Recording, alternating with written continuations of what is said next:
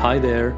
Thank you so much for listening to the very first episode of our podcast. I am Farhad Khan, CEO of Gripe. If you don't know about us, we are a mission-driven digital agency. We believe technology should be used to improve lives and create opportunities for everyone. We do that by creating digital marketing solutions and digital services to engage and delight your audience. As we are working on our projects day to day, we come across many highly talented individuals who are really pushing the envelope. These individuals are solving real-world problems and giving back a lot to the society. We will invite these individuals to our podcast, listen to their stories, and learn from their experiences. Hopefully, their ideas and their energy, the passion, will provide creative inspiration for the work that we are doing. Today, we are joined with Elizabeth Dove. Elizabeth is the Director of Corporate Citizenship at Volunteer Canada.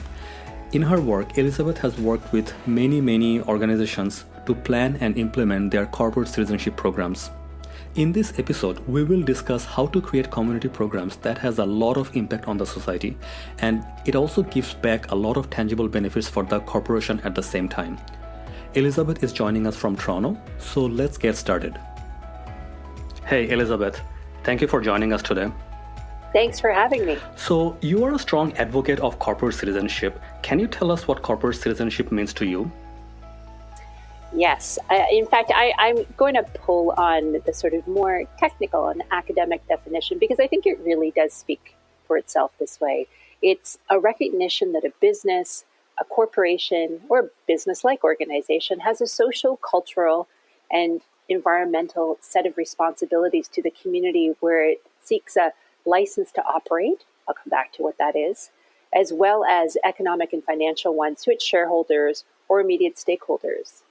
So what's a license to operate? That is kind of a corporate social responsibility term that to do business in certain places, there's an expectation of that community that the company is going to give back. And you won't get to do business or won't get to do it well unless you're seen as being a strong corporate citizen. Oh, that's amazing. And how did you start working in this area? I have always had a role at the crossroads of companies and causes, or causes and government. I'm really interested in the play between different sectors. Different sectors have different language, different cultures, different metrics, different things they value. But to move society forward socially and environmentally, it's really important that public sectors, private and not-for-profit, work together. So I started working in corporate sponsorship in the arts. I moved into program roles. I worked for a while as a consultant. I did lots of work in citizen advocacy and lobbying. That's the cause and government piece. And in recent years have been back again with consulting in the work I do with Volunteer Canada, always with a goal to move some of those bigger mountains. Really enjoyed the work that I did in programming, some of it in the developing world, and the people who do that work on a day-to-day basis are amazing. But I love seeing things go to scale, and I think not-for-profits working with companies and with governments can really make that happen. Right. So in your point of view, Elizabeth, why do you think is it so important for corporations to give back to the community? There's a number of reasons. First of all, it is high in the expectations of public.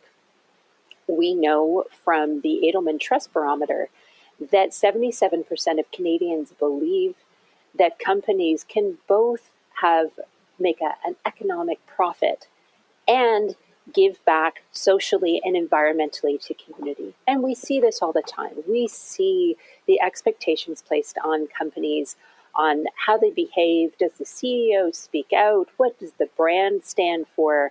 All the time in ways that we wouldn't have seen 20 years ago. But it's also an expectation of employees. We know from some of our research that 68% of Canadians, given the choice between two jobs, would choose the one at the company with the stronger volunteer culture. There are so many other pieces of research globally and in Canada that really play this out. And it's not just millennials. People often think, oh, it's millennials that are looking for purpose. But really, it does seem to be across generations that people feel more alignment with companies that are giving back, and especially if they give the employee an opportunity to give back. We're actually very excited because we're co-sponsoring some research with a company called Great Place to Work that surveyed 65,000 Canadian employees. And next month, we'll have a report on what it is they're looking for from their employers in terms of giving back. But lastly, apart from expectations, it's really what's needed. Back to what I said about my personal views. More than governments, and it used to be governments, but more even than governments, companies have resources, they have impact, they are nimble, and they have the ability to affect change, yes, in philanthropic, voluntary kind of ways, but also in the ways that they do business. And I sincerely believe that when employees are engaged in community, who walk a new walk, understand things through the eyes of others, it can impact on how they do business and those little day-to-day decisions that they make that really makes the company a good corporate citizen. Wonderful. So since you mentioned millennials, would you have any reason why millennials are more prone to choosing mission-driven work as opposed to others? Like I said, I don't think that they are any more mission-driven. There's a lot of research that is focused on millennials, but when we see other information that is disaggregated, it doesn't live with just millennials. What we do know about millennials is they do seem to, in theory, when they're asked, be more ready to get up and move if they don't find that they are aligned with a quote unquote good organization, and that there is a lot of peer pressure and pride that comes with that. We see this in, for example, walkouts that happened with Google. There are concerns that just came out this week that Google is allowing an app that lets men in Saudi Arabia monitor and even stop the actions and the movement of women and their families, right? And so anecdotally, we hear lots of information from young people that when they find that their employer is kind of, up to things that doesn't align with their own individual social responsibility, they feel less proud and they're more likely to move. Right. So how would you say is social responsibility different for smaller organizations, say companies that are less than 20 employees, as opposed to the bigger corporations? Right. So this is where, you have a lot less of that social license to operate pressure. And often the brand is less well known. There's also then less eyes on what's going on. But, we all know day to day, they're really, all the operations of a business can be visible and made public. The biggest driver really for a small or medium operation would be the employees, for all the reasons that I mentioned previously. It really is an expectation of employees that their employer would not only do well, but give them an opportunity to do well. That's right. So as an entrepreneur myself, Elizabeth, I can see why many corporations do not have any community programs, because whenever they have some extra cash or they make some profit, the extra cash is always invested back into the company towards the company's growth, or maybe invested into their own employees. So is it possible to design a program, a community program that is a win-win for both? So it not only gives back to the community, but it gives back to the corporation as well. And if so, then how? Right. That's a really good question. And of course, that operates on such a different scale than bigger companies. My recommendation would be to start with, what do employees want? What are the employees interested in? How do they want to contribute? And what are the causes that are really calling them? Seeing how that aligns with a need where you do business is really important. And if there is a charitable organization that is tending to that need, having a conversation with them about what is it they need. Do they need time? Do they need money? Is there a particular skill that your company can contribute that can help them advance their mission. And this is a really exciting way of looking at things. I want to pause for a minute and I say that very, very often the image people have about employees going out to do good in the community is, putting on the T-shirt with the logo and the tree planting and the cleanup and that kind of thing. But really, there can be so much creativity. And for a small business, that use of your particular skills to advance a charity is great. So you're kind of looking for that intersection. What do they want? What's a need? What does a charity that's working on this need? And maybe how you can uniquely give. If this is new for employees, because a lot of them, this hasn't been sort of part of their experience contributing in community, there's safety in numbers. So doing something where you can be all together is a great way to introduce employees to giving back. And then as your programs mature, and ideally as your business grows, a next step might be giving employees paid time off to spend on the cause that means something to them. Another thing that employers do, big or small, if they can't afford the time off or people away from the work during business hours, is something that's euphemistically called dollars for doers. And this is when, for the time that an employee spends in their time off volunteering, that you will make a contribution as a business, let's say $10 per eligible hour, that the employee can then give to the place that they're volunteering or to another charity they feel passionate about to a maximum. Another thing that you can be thinking about as a small or medium enterprise is, especially if you can't get away or close down the shop, is there a need that can be filled by doing a drive, a toy drive, a food drive, that kind of thing. So that's, it's people bringing in things that are going to go to something. And again, it's not time away, but everybody's working towards a goal. Maybe there's a moment where key employees can be taking those elements to the charity, or even the charity can come in and give a little presentation at the kickoff or the end of the drive about why this is important. That can really make people feel connected to the issue. Another really interesting piece is kit building. We see this, for example, for organizations that work with people who live on the streets. Sometimes they need toiletry kits. So think of like samples you might get from Dollarama. So shampoos and, razors, socks, that kind of thing. You always have to ask what it is they actually need.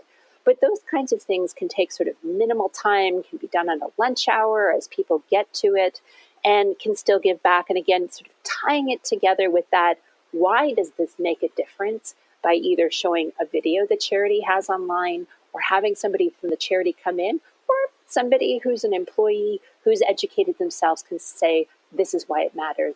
This is why it's important. I've seen some very moving presentations by employees talking about, this is why this charity means something to me, because I have taken advantage of its services, or it's helped my family, or they're engaged in something that I think is really, really important that's going to make a big difference here. All right. So some organizations decide to work with a local community partner, like a local charity, and some usually have their own community programs. Which would you prefer? And when is it a good idea to partner with someone? Yeah, well, the community organizations, and by this we mean charities, or not-for-profit organizations, service organizations, sometimes even schools or religious organizations, very often they really know what's needed in a community, because, that's sort of, there are sad stories out there of volunteers really knocking themselves out, doing a drive for items or going out to do something in the community, and it isn't really what was needed, or it was already done, or it was done the week before.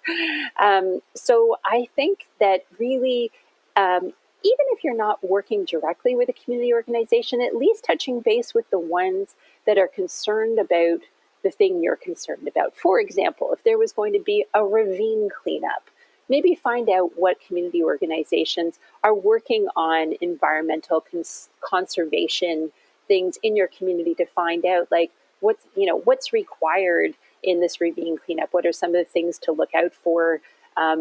Is there a way to sort of work with like a cleanup day that's coming up, that kind of thing?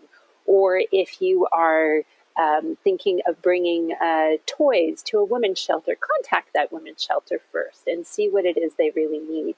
Very often, though, we do know of companies who do things really out of the box.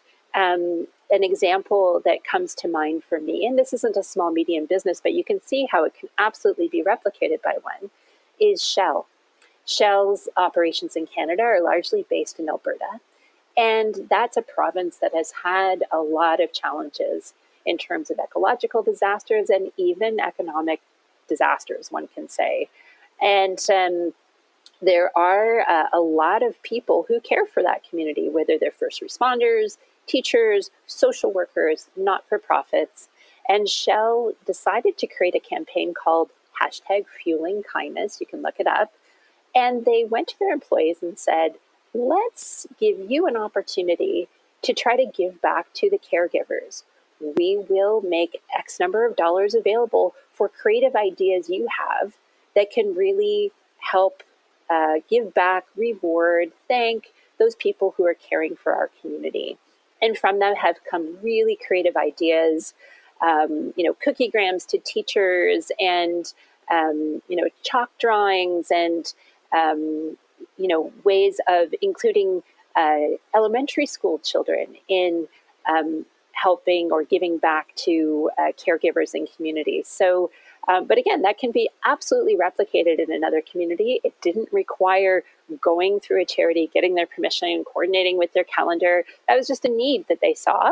And I really like that kind of out-of-the-box thinking that is about, just really looking at what's specific to your community. And you can see that this was a very, local, specific, thoughtful way that they can be giving back. And the other thing I love about this program is it shows some trust in the employees to be able to come up with something, to be creative, to let them be a little bit unbound. Right. So I guess you're absolutely right. When we work with a local charity, the charities know what is needed in that particular community, and they'll be able to probably combine resources with not just one company, from multiple companies, and then make their contribution significantly more effective than it otherwise would have been. All right. So Elizabeth, so from some of the examples that you mentioned just now, how do you think the companies could benefit from them? Do they get any tangible value from these programs? That's a really great question. I find that what's so interesting about corporate citizenship programs is they are often not planned or executed with the same kind of rigor that other business critical tasks would be in a company.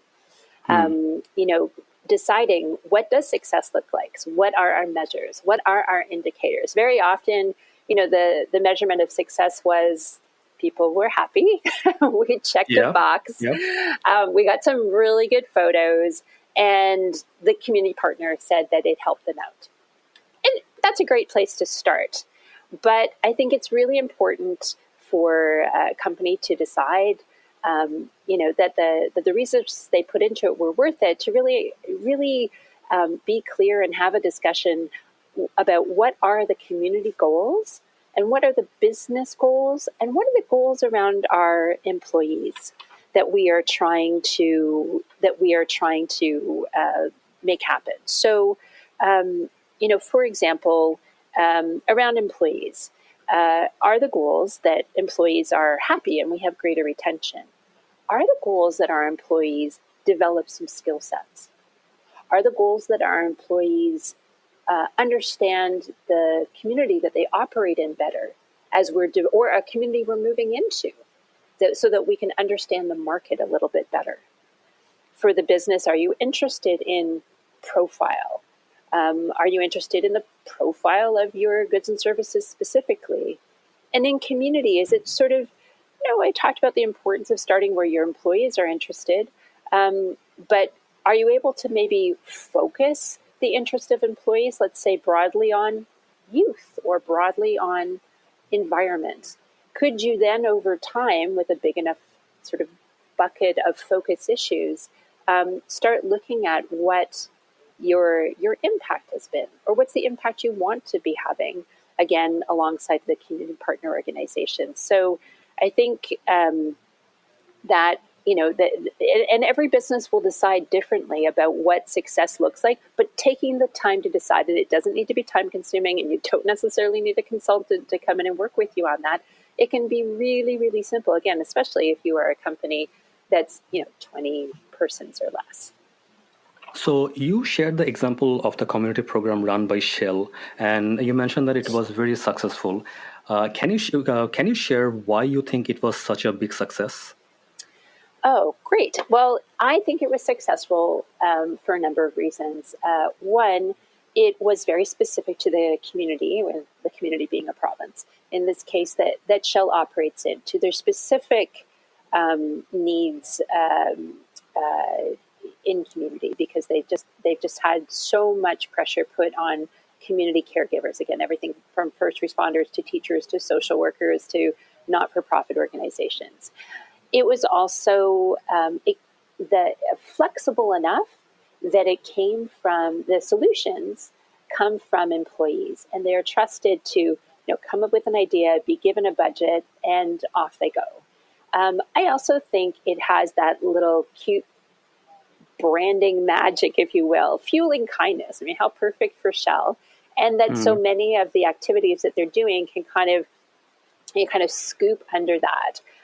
But what I know too is that because they put some time and some resources into videoing some of these, that they inspire other employees. So it becomes a bit of a rolling stone, and I would imagine impacts the culture of the company, that there is this creativity and we're giving back and we're thinking of others and we're really responding to community needs. So I think there's all kinds of wins in that program. Right. And you mentioned that in many cases, the community programs are not executed with the same rigor as the corporation would have executed any other business program. So are there any proper ways to measure success of these programs in that case? Yes, but so it's a question that the companies we work with really struggle with quite a bit. As you can imagine, how you would measure for success in community, success in business, and success with employees are really, really different. Let's start with success in community.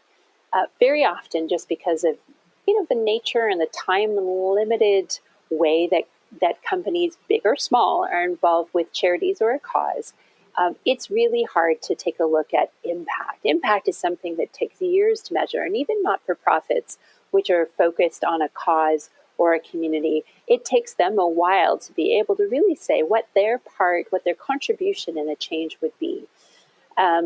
So it's this is why I recommend that if there is an ability for, and there's a bit of a tension here, right? You want to give employees the opportunity to say how they would like to give back, and yet it's great if you can kind of funnel it down a couple of specific paths so that year over year you can be looking at the issue, the cause that you're contributing to, and see where the changes are. But you really have to go to those charities that you're working with or know best to be able to take a look at it. Now, sometimes it's as simple as the outputs. We contributed this many toiletry kits that were used by this agency that helps the homeless, and it's going to help 60 women who are living on the street and 40 men. And that's terrific. That is a great measure. That can only be done with the community organization helping you with it. Other things like, we did an environmental cleanup of a ravine. We'll come back to the ravine example. That's harder to measure. What does that mean over time? Sometimes, again, you can turn to a community partner to say, the help of all the community that does this helps get rid of invasive species. It helps, the wildlife that are there. So this is where turning to the expert is helpful. Around employees, we put things into 4 buckets. What is the improved connection to the company? And that might be increased commitment, pride in the company volunteering program, increased job satisfaction. And there's lots of ways you can measure those. Job satisfaction might be something called a net promoter score. So, for example, as a result of participating in this volunteering activity or this drive or whatever it was, how likely are you to recommend working for our company on a scale of 1 to 10, right? So that's one really simple way that measurement happens. It might also be connection to community. So an increased interest in volunteering, an awareness of wider social issues, increased knowledge of community organizations and resources, increased empathy, improved cross-cultural skills. Now, we're getting into things that are harder to measure. This could be done with a focus group. This could be part of a performance review. If you are, observing employees, you might see an increased interest in volunteering, and that's something that's important for you to measure. But deciding which of these things matter is really important. This piece about increased knowledge of community organizations and resources may not be something that you want to measure, but maybe improved cross-cultural skills are really important for your employees. So making a decision that that's something that you want to see come out of that and decide how you want to observe that is important. Then well-being, improve morale, improve self-confidence, a sense of well-being or happiness. Now, very often this would be self-assessment or reduced absenteeism or just a better attitude. So a lot of these are, they're a little slippery. They're a little bit qualitative. But if you don't pick what's important as the change you want to see with employees, you won't know whether or not you've been successful. And then lastly, skills. Are there soft skills, hard skills, communication skills, presentation skills, leadership skills, organizational skills that you would like to see particular employees or the employees generally speaking who participate improve on? And then there is, of course, back to business. That can also be difficult to measure. It may be you want to be part of a surveying community to see, were people aware that your employees partook in this? Does it influence their interest in your products or services? Or do you naturally see an uptake in people's interest in your business? I would suggest that is still a very difficult one to measure. And what we find with companies big and small is because it is, back to this Edelman's 77% of Canadians believe that companies can and need to create a profit and be part of making a social or environmental change. It's kind of in the have to. You are almost conspicuous as a company if you aren't making a commitment of some kind, if you aren't saying, we stand for this and this is how we give back. It's sort of moved like that in the last few years where, again, this sort of conspicuousness if you don't have a commitment. Elizabeth, do you want to share some of the examples of maybe smaller corporations that had community programs? Yes, because it really is possible for any size of company. There is a company that we worked with in Ottawa. They have about 12 staff there, and they really wanted our support, trying to find out some opportunity for their employees that was right size. You can imagine, it's not like they can close down for the day, and there's so few of them. So what we came up with together was that there is an elementary school very near them, and they made a commitment to a teacher that on Wednesday mornings for an hour and a half, that there would be 2 employees that would come and read with the students. And in the company, they would just keep track of a schedule and rotate employees as they were available, always fulfilling on that commitment for 2. Not only was that hugely helpful to the teacher, but it was a lot of fun for the employees to be sharing stories, the little idiosyncrasies of Billy. Oh, how did he do today? Oh, this funny thing that, she always does. And also they could delight in the collective progress of the students they were working with because they'd all been a part of it. So to me, that is, a great example of, easy, local, flexible, and everybody could be part of the success. So, Elizabeth, you're the director of Corporate Citizenship at Volunteer Canada. How do you help other organizations create or execute community programs in your role? We have a terrific suite of programs and services for business. We have a leadership group, which is the Corporate Council on Volunteering, which is made up of leading companies trying to pursue best-in-class practices and help us forward those in Canada. And we create a community of practice for that council We bring them together in semi-annual leadership conferences where they learn from each other and outside speakers. We provide them with consulting support, and we also find opportunities to have them speak, present, be interviewed to advance the practices of other companies, large and small. We also have a Volunteer Canada employer membership. So for those companies that, they're not at best in class, nor is that something they're pursuing. They would just like to be connected to Volunteer Canada. They'd like access to some of our professional resources, and they'd like to have that affiliation with us. Both of those memberships have access to our Changemakers at Work webinar series that runs almost monthly, where we feature speakers on interesting topics like how do you get leadership from within your organization, from employees who are doing it off the side of their desk. How do you create a skills-based volunteering or pro bono program? What are some of the issues around safety and risk management for having employees out in the community? So those are the kinds of topics we cover. We also have our Volunteer Vibe blog at Volunteer Canada, and we have a whole stream of that's specifically around corporate citizenship, and that comes out twice a month. We also have a number of companies that we do program development with and do curated community experiences. So this is working with them on everything from creating a framework for their programs that are the right size for their market, their appetite, their number of employees, through to surveying employees and seeing what's working for them or not, or what would work for them if it's a new program. We do benchmarking of best practices, and then we go right through to executing about 40 of these curated opportunities a year. There's some companies, big companies, that we do those opportunities for them year round. And other ones, they do things like a day of service or a month of service, or maybe they're just looking for some new community partners in in the markets that they're working in that line up with some of their interests.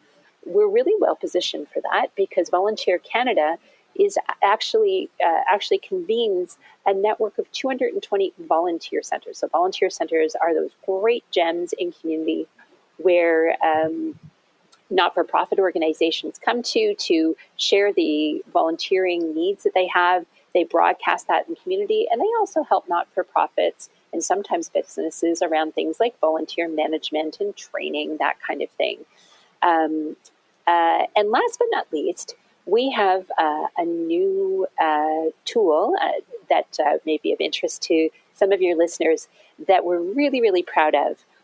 Those volunteer centers that I mentioned, they have thousands amongst them of volunteering opportunities. We've created the Trivago, if you will, of linking up their back ends into a program that's been sponsored by the Ministry of Youth called the Canada Core program. So you can look up Canada Core and you can find that there is a search function where this platform exists. You can put in what your interests are, what skills you have or what skills you want to develop, whether you want to volunteer one time or regularly. Do you want to volunteer just by yourself or with a group? And where do you live? And it will come up with all kinds of volunteering opportunities. Some of them are even virtual opportunities, which is really exciting. They can be done from your desk. They can be done on your own time, or you can go out personally. So at the moment, because this is sponsored by the Ministry of Youth, it has a really youth wrapping on it. It asks you what your age is up to age 30. But be assured, there are no volunteering opportunities that a 15-year-old can do that a 50-year-old can't do. So it really is a site that everybody can take advantage of. Yeah, I totally like the idea of volunteering from my desk when it's minus 20 degrees outside. All right. So, Elizabeth, since I'm an engineer, I have to ask this. Can you share some of the digital tools that are being used by these companies to manage their programs? Yes. There are a host of platforms that have become really popular, especially for bigger companies. So I recognize that a lot of listeners would be from the small, medium companies, but they are employee engagement management platforms. The most popular one we find these days, or let's say it's on the tip of the tongue of a lot of companies, is called Benevity. homegrown, Calgary-based organization that has a platform that helps kind of in a sort of single sign-on opportunity for an employee keep track of their volunteering hours, their donations. If the company has a matching program, that's where it all happens. Often that's also where a company can put up volunteering opportunities, whether they're, in community that you can go to on your own, or we're organizing, next Saturday, an opportunity for you to come out. Other platforms like this is there's something called the Salesforce Philanthropy Cloud. And another popular one is Your Cause. And lastly, a smaller one, and I think more accessible for small, medium businesses, also homegrown out of BC, is called Do Some Good. And I understand that they do quite a good job putting volunteering opportunities on that website as well. So those are some of the platforms that companies use to organize. But really, if you're a company of 20 or less, or even 100 or less, an Excel spreadsheet along with access to the Canada Core site for opportunities, either that your employees, you let them know about it and they go to it themselves, or you use it to organize a day out by looking at opportunities in your community. Often that's all that's needed. We wouldn't want to have you think that, being able to afford tools are a barrier to entry, and Canada Core is free and available to everybody. That's actually really helpful. Elizabeth, since you're not in Ottawa, you may not have heard, but when Lyft first launched in Ottawa, so Lyft is the other ride-sharing platform similar to Uber. When Lyft first launched, one of the first things that they did was they wanted to engage with the local community. So they gave away $1,000 of free rides to local charities. How awesome is that? You would never expect something like this from Uber. And to be honest, Uber has gotten so much negative press lately that if anyone, Uber should be doing it more to do damage control. But no, we're getting it from Lyft. So I was telling my wife that Lyft is the kind of company who I want to give my business to. You have just illustrated, Farhad, that social license to operate. If that term was unclear before, that's what you've just illustrated. Because, Lyft is coming in already, taxis and other formal drivers were not so fun in the ride sharing. Then there's Uber. So why Lyft? Why would I, become a customer of Lyft? Oh, well, look at that. Look at the way that they are giving back to community. They've just created that social license to operate where people are like, oh, you are welcome. You are welcome to this new community. We like what you're doing. We like what you're giving back. It's great that you've got a service, but since I have a choice, I'm feeling a little more warmly about you. I'll check you out. Yeah, that's terrific.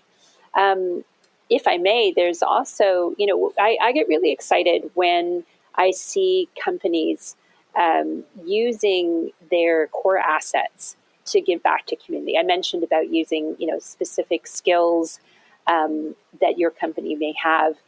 One of the companies we work with is Airbnb. And exciting things that Airbnb does is they not only do they find ways for their employees to give back, but also their hosts and their guests. So, Brad, have you traveled with Airbnb? Yep. Okay. All the time. So that all the time. Me too. And that email that you get, maybe 10 days or 2 weeks before you go, that says, when you go to that community, you can, best wine tours or best kayaks or best sightseeing or, those kinds of opportunities. Yep. Yeah. In some markets, that also has opportunities to do community service while you're there. And they work with volunteer centers to find out what those opportunities are. We work with them also to get their employees in Montreal out and volunteering in the community. But the really exciting thing they do with their core asset is they have a program called Open Homes. So in Canada right now, this only exists in Vancouver, but in the US, it's throughout the country. And it's an opportunity for Airbnb hosts to log time in their spaces.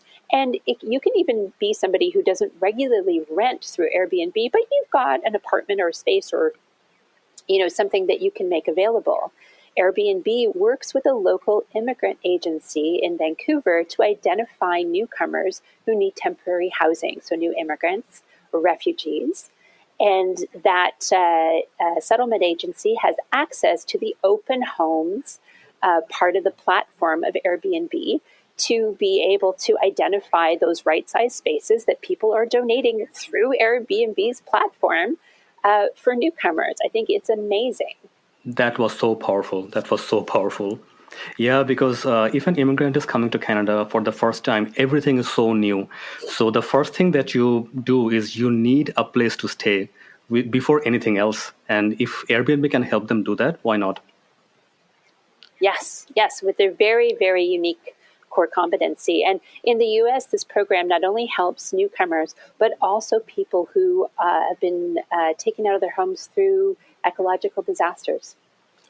So really smart and not nearly well known because I think really this kind of program can inspire so many other companies to think creatively, big or small, about what is it that you do uniquely that could have a unique impact on community. So leveraging the core competency of the corporation is key, right? Mm-hmm. Okay, all right. Absolutely. So Elizabeth, since we're running out of time today, what would be your top 3 takeaways for our audience today?